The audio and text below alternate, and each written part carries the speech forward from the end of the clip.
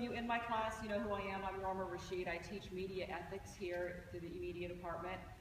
And I thought it would be a fun adventure to talk to somebody who has probably held most jobs in the world of media that I can think of.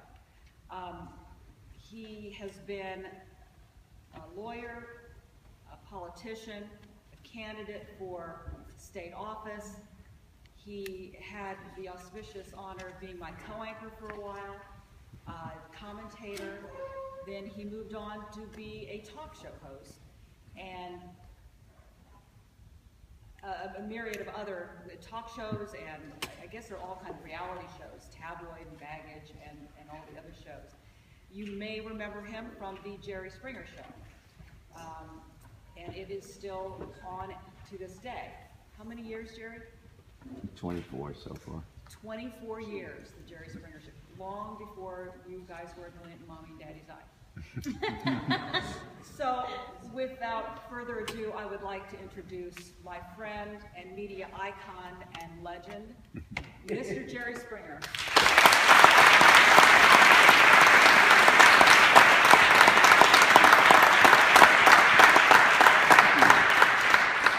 May you never be on my show. Thanks for inviting me to share some thoughts with you here today, and then answer some questions. And I asked Norma, just before we get started here, what the subject was in terms of what you're studying in your class and media ethics. And so I'll start off with a story. And this, I guess, is before you were born. In the 1960s and the 70s and in the 80s, there was a dominant news anchor for the network news, and his name was Walter Cronkite. And he was, whatever the image was of the establishment news anchor, he was it. He looked the part, he sounded the part with his sonorous voice, and he was a great journalist. And he would end every broadcast, because back then, there were only 3 networks. And you didn't yet have the internet. We didn't have our iPhones, we didn't have our iPads. You got your news at 6:30 every evening. Other than the newspapers, that was it. And he would end every broadcast.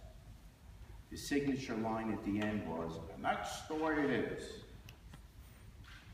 Monday, June 3rd, 1974, or whatever. And that was the signature line for 30 years. And think of what he was saying. He'd do the half-hour newscast, what was going on in the country and around the world, and he ended it by saying, and that's the way it is. And we all grew up believing that's the way it was. If you saw it on the network news, that was it.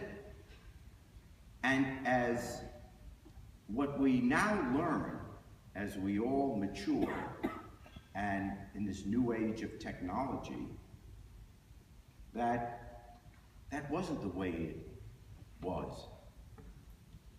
It's not that any of the journalists were dishonest. It's just that they didn't tell the truth. And what I mean by that is journalism is honest. Most people in the media don't lie. They don't know one thing and then say something else. So they're honest. But they don't tell you the truth because we don't know the truth. Maybe just before you die, God gives you a zap and then all of a sudden you know world truth. Who knows? We'll wait for that.